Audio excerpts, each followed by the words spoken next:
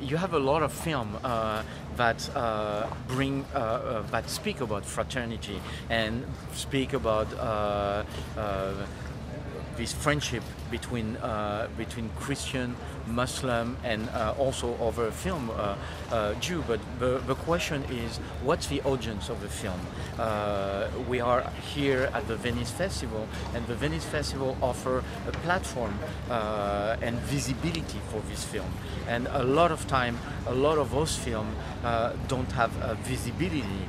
Kingdom of Heaven, for example, was a major Hollywood production, and of course the distribution was amazing.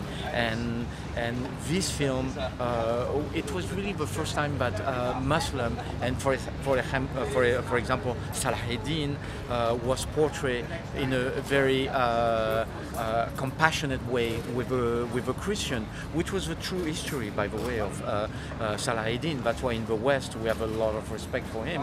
But to have it in a movie, sharing and promoting this value of coexistence, that was something new. And I would say the film The Messenger in 1976, so we're talking about before the 80s, with Anthony Quinn, was for me the only film that portrayed Islam in a very nice way and human way.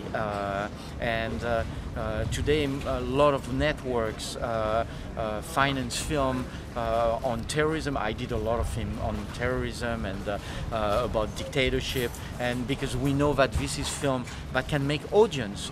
But that's why my next project is going to be more about this friendship, and my next project is about Prophet Muhammad, peace be upon him, about what he did for Christian. And believe me, I've been working on that for several years, and I'm amazed to see what he did for Christian and what the Christian did also for Islam at the beginning of Islam. And I think it's our role as filmmaker to share a message. We all have a message to share. Sometimes it can be good, sometimes it can be also bad. Look, for example, I did a movie on the Hitler family, and my last day of shooting was with filmmaker Leni Riefenstahl.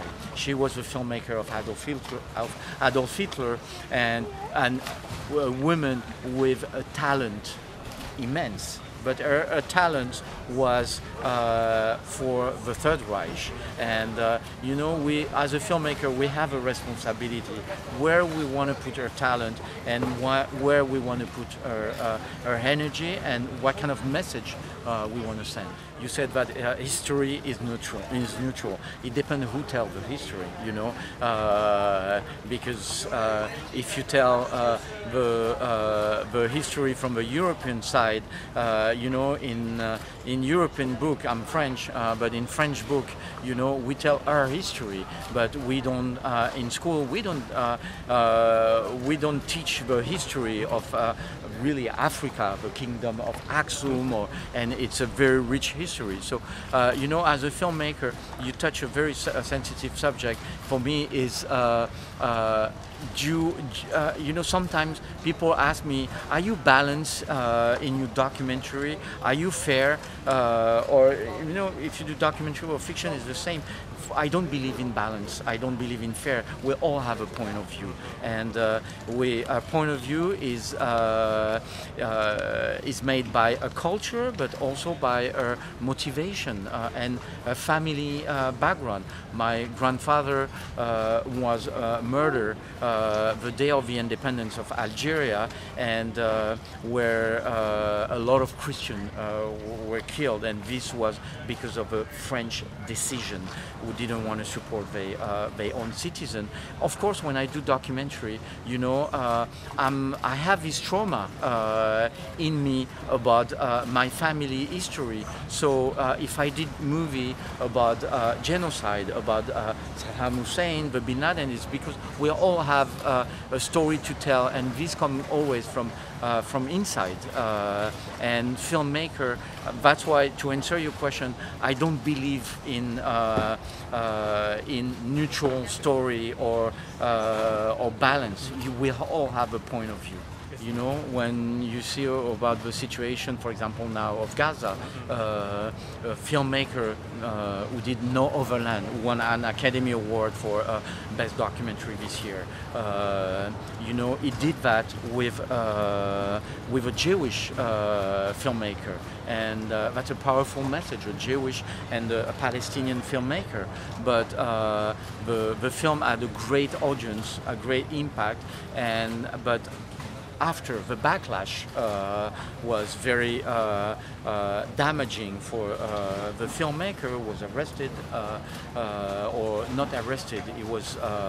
He had a problem with local people. So you know, it's always when you make a film and you promote ideas of coexistence, sometimes people are not ready to accept that idea of coexistence. I believe cinema has a power for social changes, you know. For example, and has a power to influence people's perspective on history also. You know, for example, if you take the example of Cleopatra, okay, without the Hollywood movie, I'm not sure Cleopatra will be such an icon.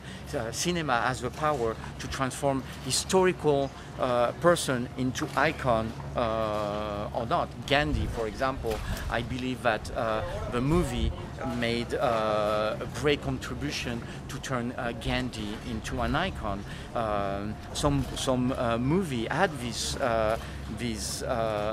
power to change, to have a social and political change, but not all the movie has this power of influencing coexistence, because you have entertaining movie, comedy, but socially conscious movie, yes, there, and it's a segment of, and if you see film festival, you know, you have a lot of different theme, and you have always one theme on socially conscious cinema, and Venice is good at that, Cannes also is good at that, and this socially conscious cinema, yes, they have this power, but everything depends on the platform, the dynamic we offer to those films.